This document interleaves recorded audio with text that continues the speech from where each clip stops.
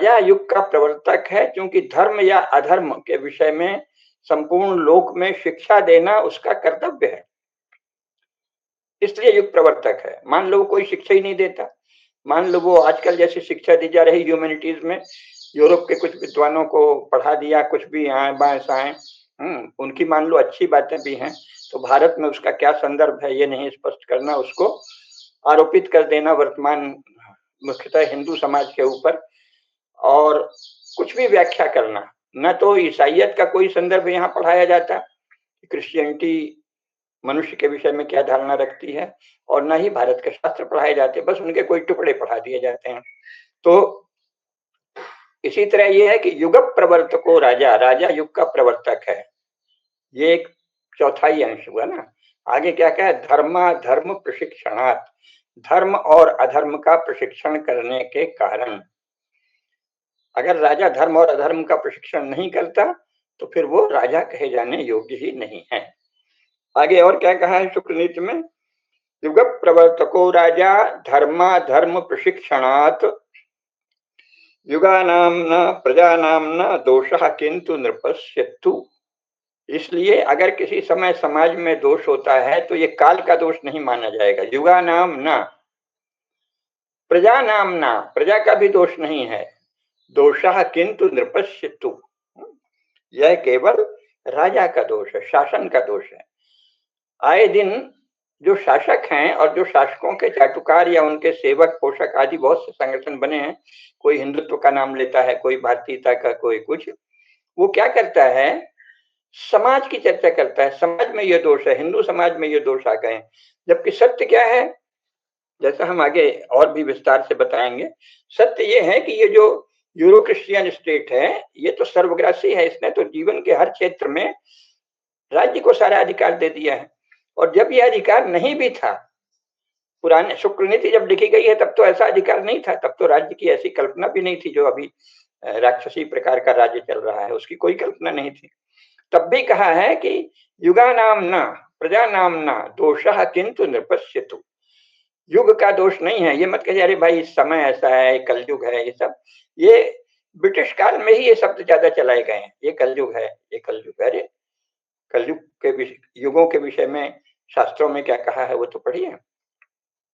एक तो युग का महाप्रवाह है, वो बहुत ही विराट स्तर पर है, कॉस्मिक स्तर पर है, जिसकी अवधि दी गई है कि 4,32,000 वर्ष का काल रहेगा, वो एक अलग बात है। उसके भीतर क्या है, वो तो एक विराट स्तर पर है, कॉस्मिक स्तर पर है, ब्रह्मांडी स्तर पर है। लेकिन उसके अंतर्गत हमारे यहाँ अनेक स्तरों पर चिंतन हुआ है ना, उसके अंतर्गत जो काल है वो महाभारत ही क्या कहता है, कालो वा कारणो राजा, राजा वा काल कारणम, इति ते संशयो मा भूत, राजा कालस्य कारणम। राजा ही काल का कारण है प्रजा के लिए अपने राज्य में। इसीलिए हमारे कई शास्त्रों में और कई अन्य ग्रंथों में भी, जो शास्त्र नहीं है अपितु राजनीति शास्त्र या राज्य के विषय में वर्णन करते हैं, उसमें भी ये कहा गया है कि भारत के विषय में ही है कि उस समय जब भारत के अन्य हिस्सों में कलयुग था तो अमुक राजा जैसे विक्रमादित्य है, उनके राज्य में सतयुग था। ऐसे अनेक राजाओं का वर्णन मिलता है।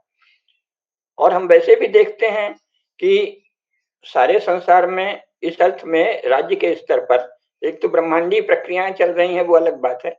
राज्य के स्तर पर संसार तो एक साथ नहीं होता। जिस समय हम उद्योग और वाणिज्य और व्यापार और कला और विज्ञान और संगीत साहित्य शास्त्र आदि सब में अद्भुत उन्नत थे, उस समय जो वर्तमान यूरोप है वो तो सचमुच बेचारे भूखे नंगे ही रहते थे, सचमुच छाल ही पहनते थे और केवल ऊनी वस्त्र, फटा पुराना रहा। बड़े लोगों को थोड़ा सा कपड़ा मिल जाता था ऊनी, वो भी बड़ा मोटा, और शेष लोग उन्हीं का उतरन पहनते थे।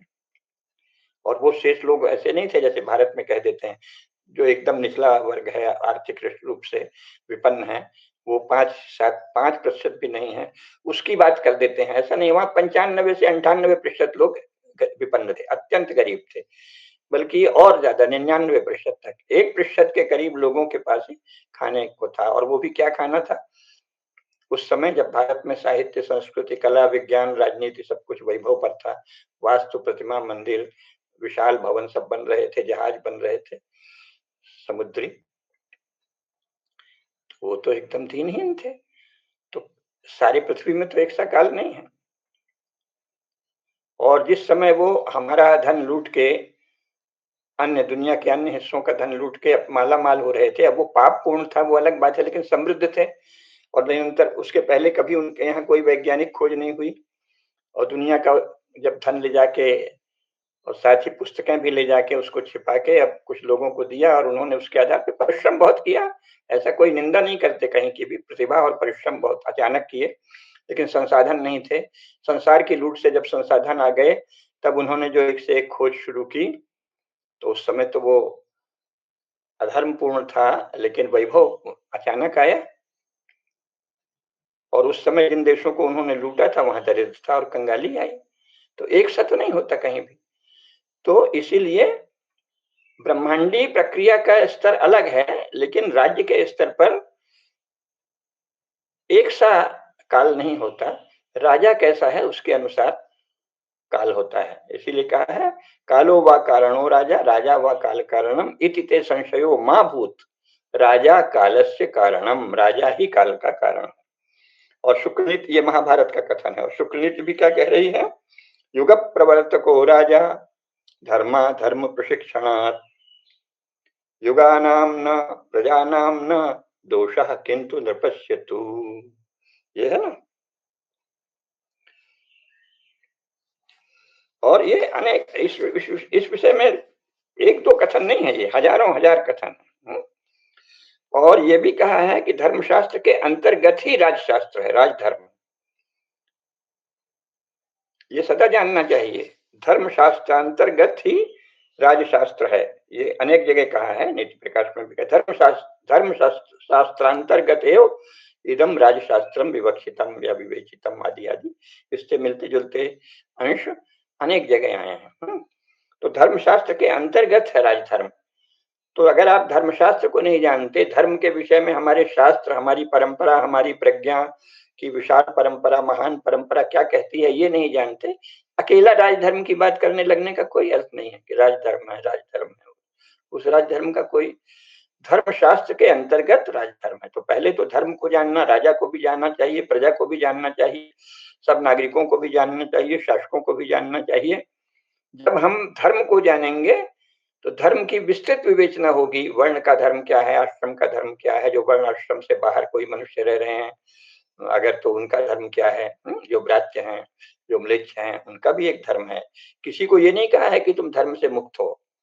ये जो चला है ना कि साहब हमारी अमुक किताब में, कुरान में ये कहा है, हदीस में कहा, भाई आपके कुरान हदीस में कुछ भी कहा होगा।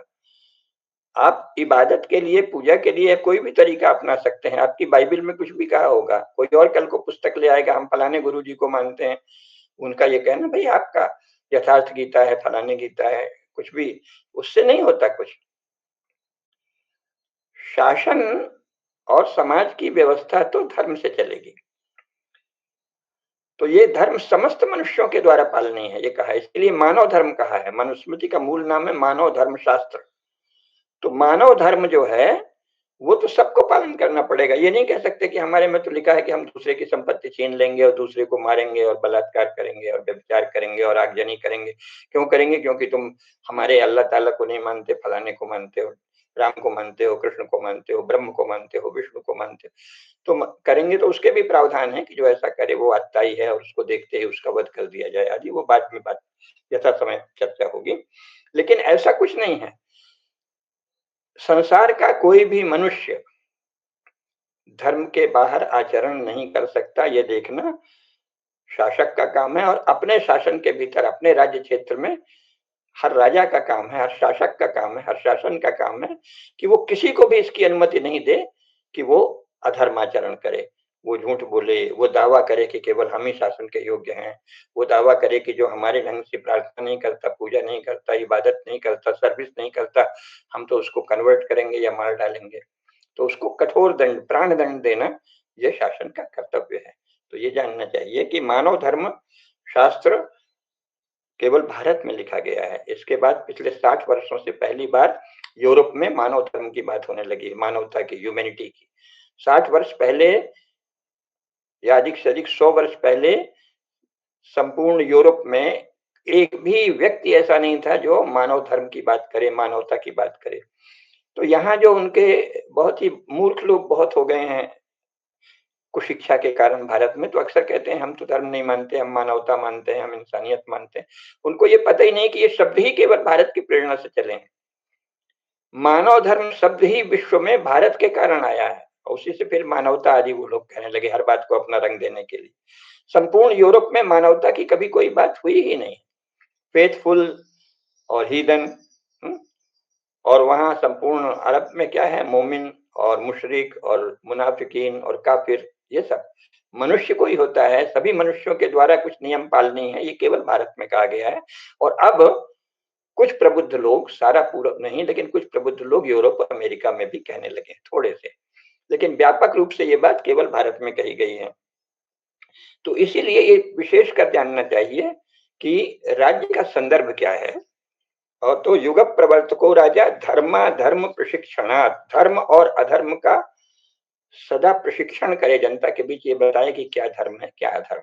और इसका अंग्रेजी में अनुवाद करते हैं कि what is law and what is lawful and what is illegal या अनलॉफुल, ऐसे नहीं चलेगा। धर्म का कोई अनुवाद नहीं हो सकता, धर्म और अधर्म। क्योंकि धर्म क्या है, जैसा मनु ने कहा है, जैसा महाभारत में कहा है, शास्त्रों ने कहा, सार्वभौम मानव मूल्य ही धर्म है। सार्वभौम मूल्य जिससे सृष्टि चलती है, संपूर्ण प्रकृति का धर्म है। अग्नि का धर्म है जलाना, जल का धर्म है द्रवण, ऐसे सबका सबके धर्म की विवेचना है। तो वस्तुतः तो धर्म संपूर्ण सृष्टि के नियमों को कहते हैं, लेकिन शासन के और राजनीति के संदर्भ में संपूर्ण मनुष्यों के द्वारा जो पालनीय कर्तव्य है, जिससे कि समाज गतिशील और टिकाऊ रह सकता है, जिससे आजकल सस्टेनेबल या वगैरह शब्द चले हैं। एक टिकाऊ और गतिशील समाज के लिए कुछ मूल्य, कुछ नियम अत्यंत आवश्यक है, वही धर्म है राज्य के संदर्भ में। तो उस पर बल देना जहां प्रत्येक प्रबुद्ध व्यक्ति का कर्तव्य है, वहीं शासन का कार्य है कि ये देखे कि उन मूल्यों का पालन हो। तो ये जानना चाहिए, है ना।